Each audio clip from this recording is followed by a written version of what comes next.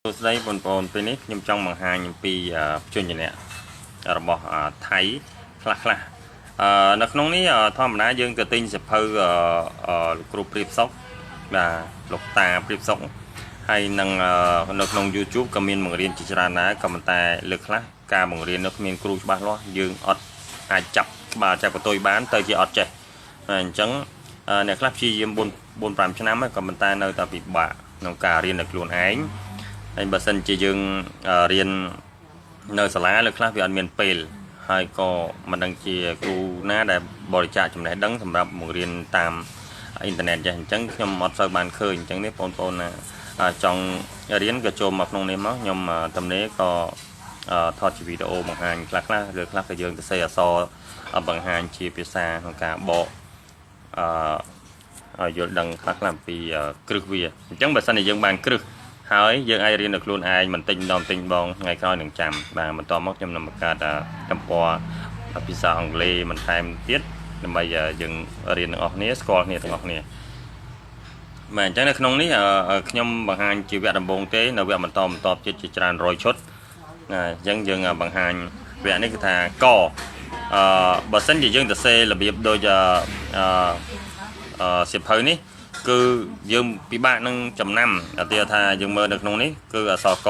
បាទណាយើងមើលកបន្ទាប់មកមានអក្សរខអក្សរខអក្សរខអ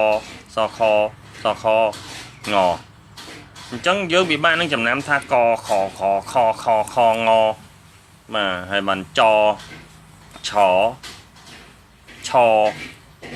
ណាហើយបានសឆយវាធ្វើឲ្យយើងអាចចំណាំអក្សរនេះបានអញ្ចឹងខ្ញុំប៉ុសរូបនេះឲ្យមើលមុនអ្នកសម្រាប់អ្នកថ្មីសម្រាប់អ្នកចាស់គឺគេយល់ហើយសម្រាប់អ្នកថ្មីអាចចំណាំអក្សរទាំងអស់នេះសិនថាជាអក្សរកអក្សរខខខខខងអញ្ចឹងទៅឲ្យចំណាំជាត្រួសបន្តមកយើងនឹងទៅសេអក្សរពលីរបស់វាបាទកបើសិនជាយើងហៅតខមិនដឹងខណាទេយកមកទៅសេអញ្ចឹងទេវាមានឈ្មោះរបស់វាដើម្បីគេដាក់ហៅឲ្យស្រួលចាំគឺកកៃខខៃខខួតខខ្វាយខគុនខរខាងងងូបាទអញ្ចឹងយើងនឹងចាប់យើងនឹងទៅសេអានោះលំអិតថតនៅពេលក្រោយគ្រាន់ថាឲ្យបងប្អូនមើលអក្សរទាំងអស់នេះដែលយើងត្រូវរៀនបាទពីករហូតដល់ហនងហូណាអញ្ចឹងតើអក្សរនោះយើងអានមិនហើយខ្ញុំនឹងប៉ុស្តិ៍ជាវីដេអូអានជាភាសាថៃស្រាប់ឲ្យមើលត្រួសណាយើងមើលត្រួសសិនទៅហើយខ្ញុំតំណែងខ្ញុំនឹងថតវីដេអូបន្តទៀតពាក់ព័ន្ធនឹងពន្លាយើងទៅសេដោយដៃ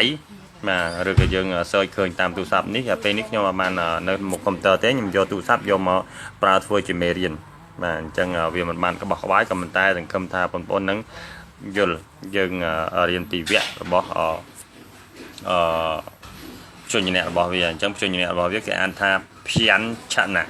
បាទអញ្ចឹងភាសាខ្មែរក៏គេអានថាភៀនឆណៈអញ្ចឹងវាមានកអញ្ចឹងកកាលណាតែគេដាក់អក្សរកអញ្ចឹងគឺអានកស្មើបើដាក់ខនេះមានលេខបូកពីលើអានខអញ្ចឹងកខខខខខងអញ្ចឹងទៅបាទឆក៏អញ្ចឹងដែរបើសិនគេមានអក្សរធំពីលើអញ្ចឹងបានថាឆបានថាចឆឆសឆហើយយអញ្ចឹងទៅបាទអញ្ចឹងឲ្យតែមានបូកបានឲ្យយើង